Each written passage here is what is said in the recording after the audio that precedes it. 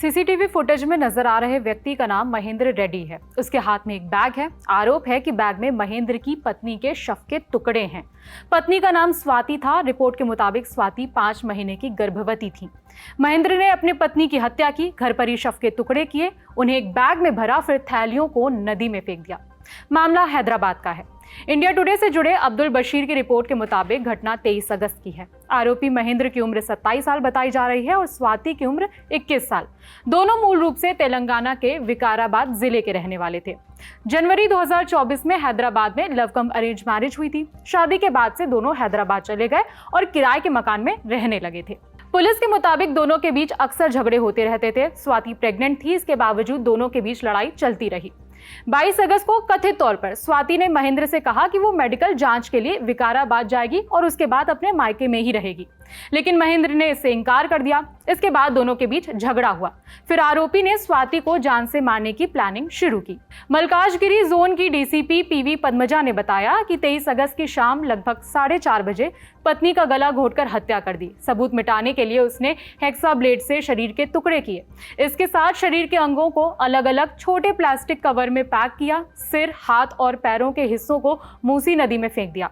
इन्हें फेंकने के बाद वो 3 बार नदी पर गया, लेकिन आरोपी ने बिना सिर और पैर वाले धड़ को अपने कमरे में रख लिया। पुलिस ने घर से महिला का धड़ और पैर बरामद किए हैं। शरीर के दूसरे हिस्से अभी भी गायब हैं। शरीर के जो हिस्से मिले हैं उन्हें अस्पताल के मोर्चरी में रखा गया है। रिपोर्ट के मुताबिक किसी को शक ना हो, इसके लिए महेंद्र ने अपनी बहन को फोन किया और उससे कहा कि स्वाति लापता हो गई है। इसके बाद मामला पुलिस तक पहुंचा।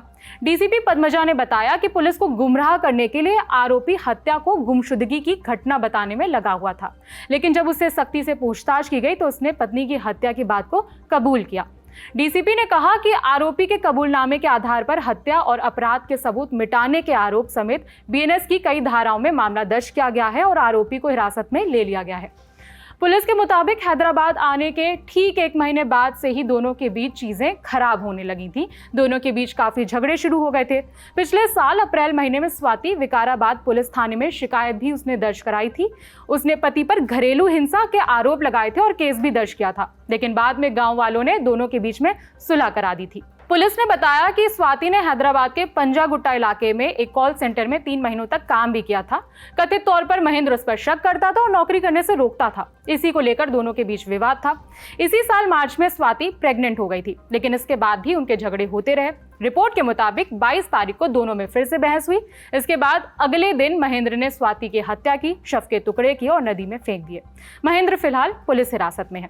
खबर में जरूरी अपडेट आता है तो आप तक पहुंचाएंगे। जानकारी जुटाने में मदद की है रिदम ने। मेरा नाम है विभावरी। देखते रहिए दी लेलन टॉक।